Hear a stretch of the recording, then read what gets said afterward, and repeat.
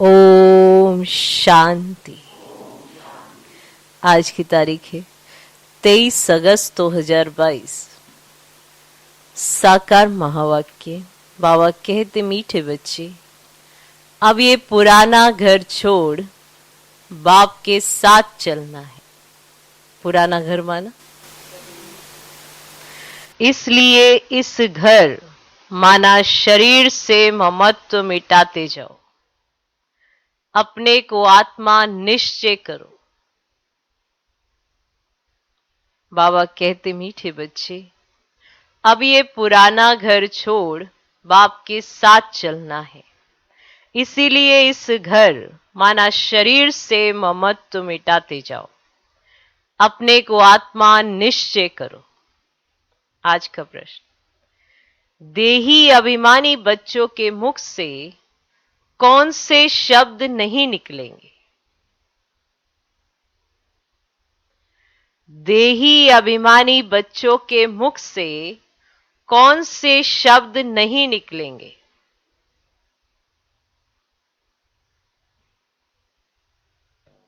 उत्तर, मेरे मन को शांति कैसे मिले? मेरे मन को शांति कैसे मिले? यह शब्द देही अभिमानी बच्चों के मुख से नहीं निकल सकते।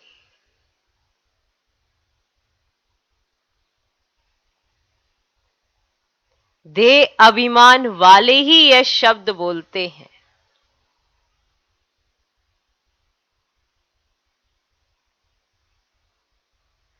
क्योंकि उन्हें आत्मा का ज्ञान ही नहीं है।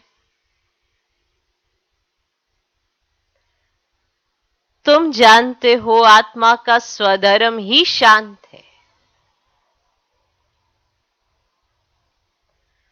तुम जानते हो आत्मा का स्वधर्म ही शांत है। मन के शांति की तो बात ही नहीं।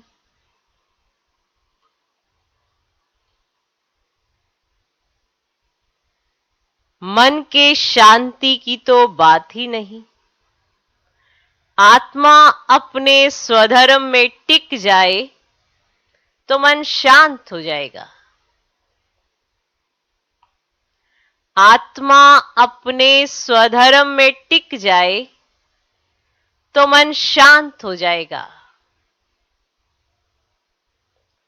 आत्मा सो परमात्मा कहने वाले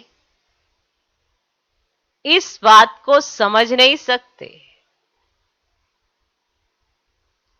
आत्मा सो परमात्मा कहने वाले इस बात को समझ नहीं सकते।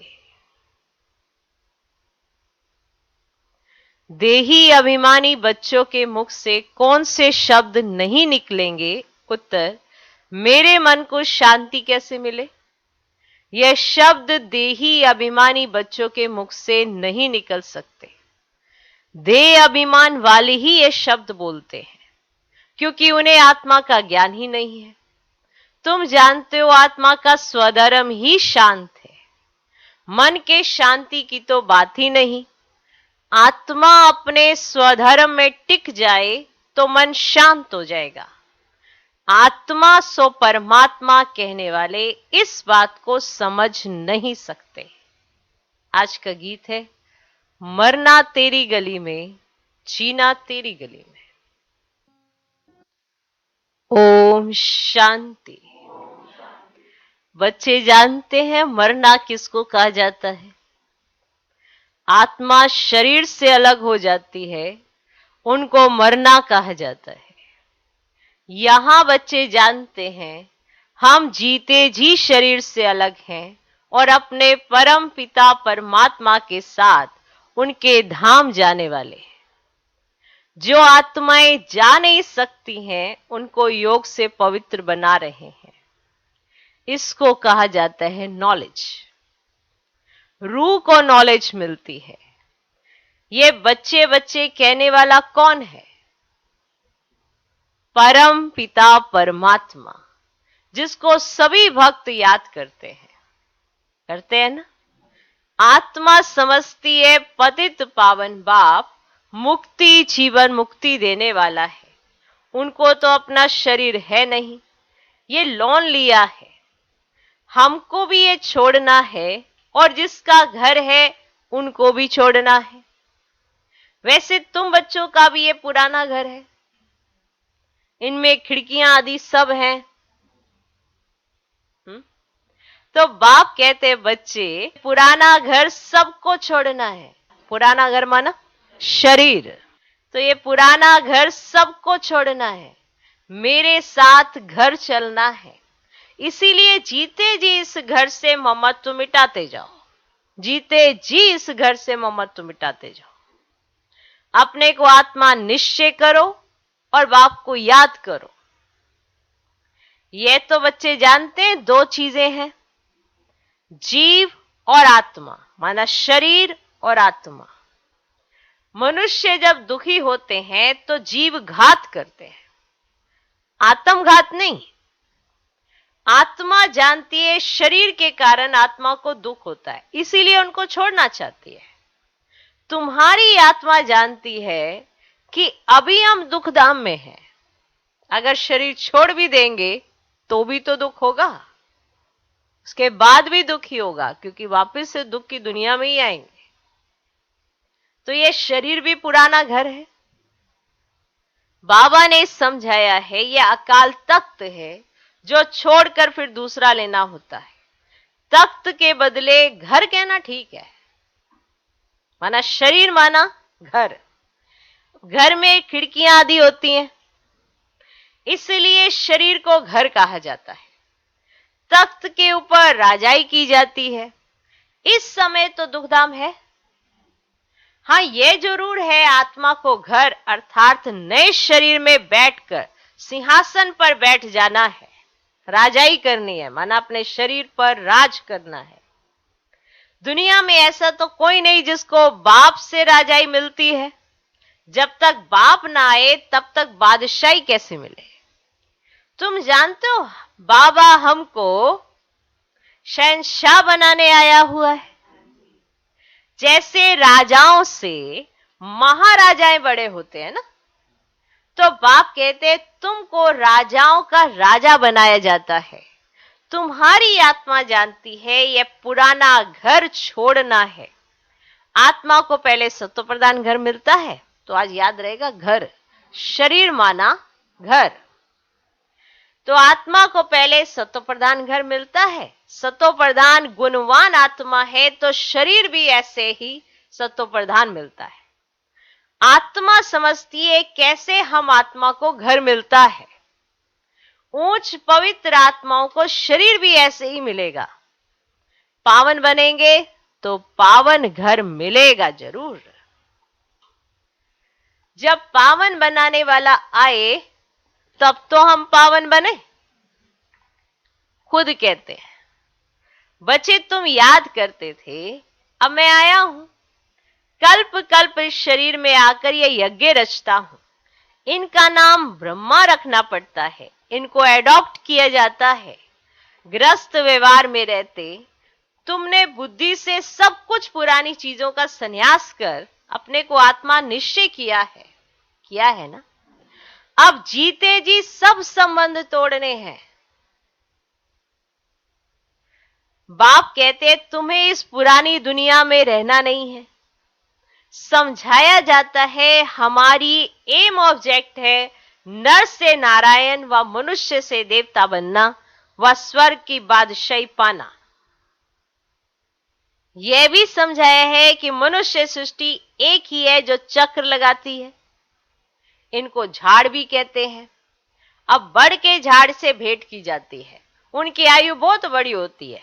ये झाड़ जब नया है तब हम देवताएं ही रहते हैं, तो अभी तो पुराना हो गया है।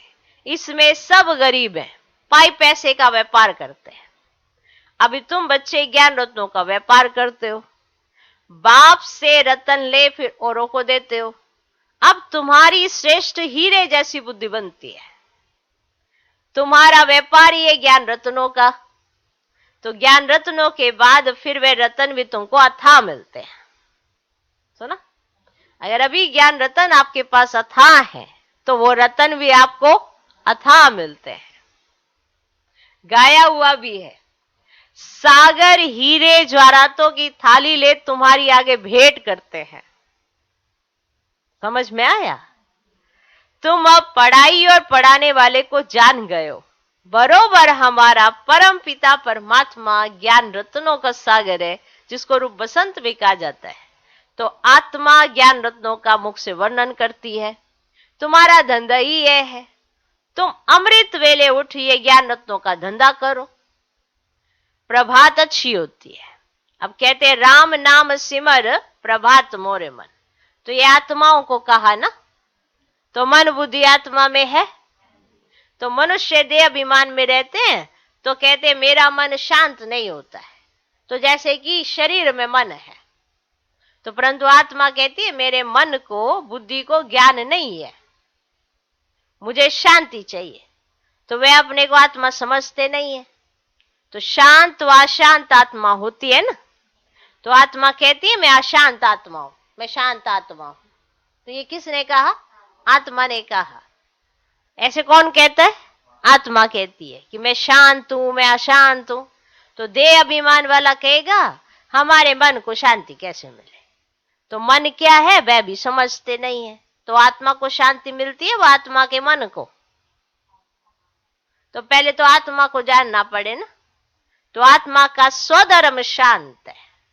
तो ये शरीर तुम्हारे ऑर्गन्स हैं, तो इनसे चाहे काम लो चाहे स्वधर्म में टिको। अब सन्यासी भी इस बात को नहीं जानते, तो वह तो कह देते आत्मा सो परमात्मा, परमात्मा सो आत्मा। तो परंतु ताकत कैसे मिले जो शांति में रह सके? तो जब बाप को याद करें तब तो ताकत मिले। सिर्फ शांति से ही भी कोई फायदा नहीं है। सिर्फ शांति शांति से कोई फायदा नहीं। तो वह समझते हैं हम आत्मा सो परमात्मा, हम आत्मा परमात्मा के लोक में चली जाएंगी और कुछ भी नहीं जानते। तो पुनर्जन्म को भी भूल जाते हैं, तो 84 जन्मों को भी भूल जाते हैं। तो बाप सम्मुख समझाते हैं तुम समझते हो कि अभी हमें बाप के गले का हार बनना है। तो हम असूल उस बाप के गले का हार थे। अब नाटक पूरा होता है, होता है। तो नाटक में एक्टर खेलते भी रहते हैं और टाइम भी देखते रहते हैं। ऐसे ही होता है ना, खेलते भी रहेंगे माना अपनी एक्ट भी करेंगे और फिर टाइम भी देखते रहेंगे। तो अभी नाटक पूरा होता है, बाकी इतना टाइम है। तो टाइम पूरा हुआ, सब एक्टर आकर खड़े हो जाते हैं, फिर ड्रेस बदली कर घर चले जाते हैं। हूबहू तुम्हारा भी ऐसे ही पार्ट है। तो बाप आया है ना लेने लिए, तो ये प्रश्न ही नहीं उठता आत्माएं वहां होंगी व नहीं। हमारा पार्ट है वर्षा लेना, है ना। हमारा काम है ना वर्षा लेना। लेंगे कि नहीं लेंगे? तो जरूर आत्माएं होंगी तब तो आती रहती हैं, तो वृद्धि को पाती रहती हैं। तो अभी भी आती रहती है ना, है ना। तब तो बर्थ कंट्रोल आदि करते हैं। तो आत्माओं को वहां से स्टेज पर आना ही है। फिर बर्थ कंट्रोल क्या करेंगे? जो कुछ बची खुची आत्माएं हैं, बची खुची आत्माएं हैं, सब आएंगी। इसीलिए तो वृद्धि होती रहती है। तो वृद्धि होनी ही है। तो यह तुम बच्चों को पता है, जो कुछ पिछाड़ी वाले रहे हुए होंगे वे आते जाएंगे। जैसे मच्छर देखो, रात को आए और सुबह को देखो तो सब मरे हुए होंगे, है ना। परंतु उनका कोई हिसाब किताब थोड़े ही है। मच्छरों का हिसाब किताब थोड़े ही है। रात को देखो तो कितने ढेर मच्छर, और सुबह देखो तो सब मरे पड़े होते। तो ये तो बड़े बड़े साइंसदान है, वे कितना माथा मारते रहते हैं, खोज करते रहते हैं। जैसे ज्ञान की ऊंचाई है तो माया भी कम नहीं है। देखो आसुरी मत पर क्या क्या बना रहे हैं। श्रीमत क्या कहती है और साइंस वाले क्या करते रहते हैं?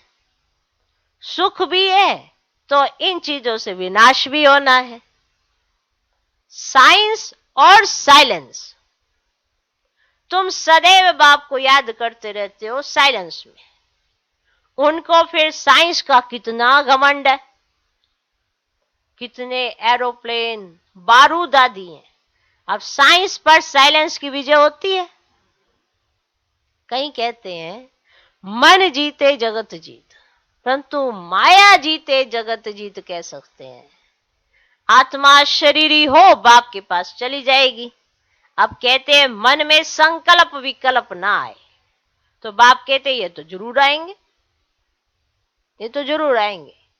माँ में कम याद करो, हम आत्मा अपने साइलेंस होम मुक्तिधाम में जाती है, पियर घर जाती है।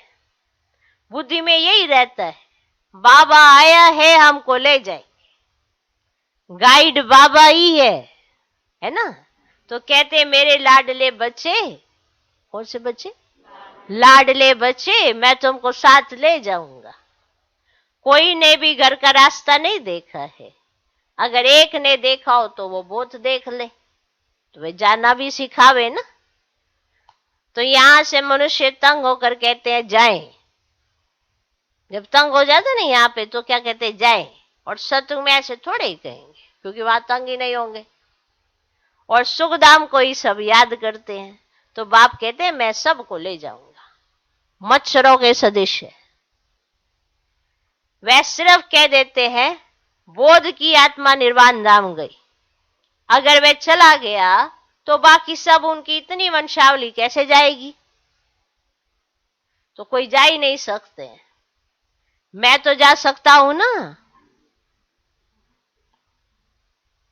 अब मैं आता ही हूं ना ले जाने के लिए। तो सतयुग में तो कितने थोड़े होते हैं, तो इस समय तो आत्माएं कितनी अथाह है, मच्छरों सदृश है ना। सबको ले जाना एक बाप का ही काम है। तो बाप कहते हैं मेरे गले का हार बनने से फिर विष्णु के गले का हार बनेंगे, गिरेंगे भी पहले। वह पुजारी बनते हैं तब रावण के गले का हार बनते हैं, आखिरी ने हालत हो जाती है। तुम जानते हो हम आधा कल्प सुख में और आधा कल्प दुख में रहते हैं।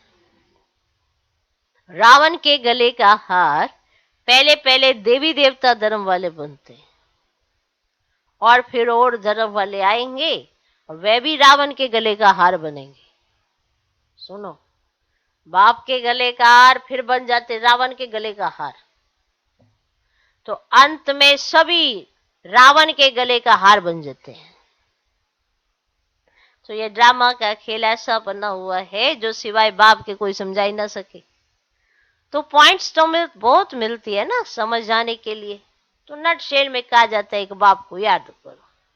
तो पति दुनिया को कैसे पावन बनाते हैं और फिर गले का हार पहले पहले कौन बनते हैं, ये बुद्धि में रहना चाहिए। तो बरोबर हम असूल में अपने बाप के गले का हार है, गले की माला है बाप के। तो फिर बाबा हमको सूर्यवंशी चंद्रवंशी बनाते हैं। फिर रावण का राज्य होता है। यह सृष्टि का चक्र कैसे फिरता है तुम जानते हो नंबर वार। अब स्कूल में सब सब्जेक्ट्स में 100 मार्क्स तो कोई नहीं लेते हैं। हाँ, कोई एक सब्जेक्ट में 100 मार्क्स मिल सकती है। अब इसमें भी मार्क्स है। दैवी गुण धारण करना कितनी बड़ी सब्जेक्ट है। अब सारे चक्र का राज भी समझाना है। कोई में गुण कम है, मुरली अच्छी चलाते हैं, अब नंबरवार तो होते हैं ना। जो पास होते हैं वे गले का हार बनते हैं। तो बाप तो परफेक्ट है, उन जैसा परफेक्ट तो कोई हो ही नहीं सकता, और वह तो जन्म मरण में आता ही नहीं है। और तुम्हारी बुद्धि में कितनी नई नई पॉइंट्स हैं जो और कोई की बुद्धि में बैठ ही नहीं सकती है ना। यह है ना गॉड फादरली यूनिवर्सिटी। भगवान उवाच, मैं राजयोग सिखलाता हूं। अब समझ में आता है कि भारत कितना अमीर था, अभी गरीब है। प्राचीन भारत बड़ा साहूकार था, उनको पैराडाइज कहते हैं। तो घर में कोई अच्छे कुल के होते हैं, गरीब बन जाते तो उन पर तरस पड़ता है ना, ये देखो पहले कितने अच्छे कुल के थे, अभी देखो इनका सब कुछ खत्म हो गया, अब ये गरीब बन गए, तो उन पर क्या तरस आता है ना। तो कहेंगे बेचारा कितना गिर गया, तो फिर उनको चढ़ाने की कोशिश करते हैं। अब क्रिश्चियन लोगों ने भारत के पैसे बहुत लिए हैं, उस धन से खुद साहूकार बने हैं, और भारत गरीब हो गया है तो फिर मदद भी देंगे ना, लोन के हिसाब से मदद देते हैं। तुम जानते हो क्या हिसाब किताब है? जानते हो तुम, ये जानते हो क्या हिसाब किताब है? कोई अच्छे है तो वे समझते हैं ये सब लेन देन का हिसाब खत्म होता है, जिनको समझ में आता है ना, ये तो सब लेन देन का हिसाब किताब खत्म होता है। परंतु प्रेरक कौन है ये कोई नहीं समझते। इन बातों को अभी तुम समझते हो। अब भारत रिलीजियस था, कितनी माइट थी, सारे विश्व के मालिक थे, और पहला धर्म देवी देवता है जो बाप स्थापन करते हैं। अब सबसे गिरा हुआ है तो जरूर उनको मदद करेंगे। तो जब लड़ाई शुरू होगी तो खुद लड़ते भी रहेंगे, मदद भी करते रहेंगे। अब भी देखो देते रहते हैं, नहीं तो भारत भूखों मर जाए। परंतु कभी ऐसा हुआ नहीं है, कैलमिटीज भी आती रहेंगी। लड़ाई तब लगेगी जब पढ़ाई पूरी हो जाए। अभी तो पढ़ाई चल रही है ना, और बाबा को पढ़ाना है, और ब्रह्मा द्वारा आदि सनातन देवी देवता धर्म की स्थापना हो रही है। समझा? अच्छा, तो ये घर है, आत्मा का घर है ना, शरीर कैसा मिलता है, क्या होता है, सारी बात बता दी है। समझा? कैसे ऊपर से सब आते हैं, कैसे नीचे से ऊपर जाते हैं, कैसा हिसाब किताब है, कैसे भारत की हालत हुई है, और सबसे पहले कौन गिरते हैं और फिर उठते कौन है, सब बात बता दी। याद रहेगा? इस शरीर में खिड़कियां भी हैं, तो बाबा कहते हैं तख्त तो नहीं कहेंगे, तख्त तो राजाई के लिए होता है। अब ये शरीर है, माना ये घर है आपका, आत्मा का ये घर है, इसमें खिड़कियां भी लगी पड़ी हैं। हाँ, समझा? वंडरफुल। बाबा ने बहुत सहज रीति सबको समझा, ये तो कोई भी पढ़े उसको समझ में आ जाए। अच्छा, मीठे मीठे सिकिलधे बच्चों प्रति माता पिता बाप दादा का याद प्यार गुड मॉर्निंग। रूहानी बाप की रूहानी बच्चों को नमस्ते। हम रूहानी बच्चों की भी रूहानी बाप को नमस्ते नमस्ते नमस्ते। Good morning good morning good morning. धारणा के लिए मुख्य सर पहला पॉइंट, अभी ज्ञान रत्नों का धंधा करना है। अभी ज्ञान रत्नों का धंधा करना है। रूप बसंत बन पढ़ाई पढ़नी और पढ़ानी है। रूप बसंत बन पढ़ाई पढ़नी और पढ़ानी है। दूसरा पॉइंट, बाप के साथ वापिस घर जाना है। बाप के साथ वापिस घर जाना है, इसीलिए पवित्र बनना है। अशरीरी बन बाप की याद में रहे।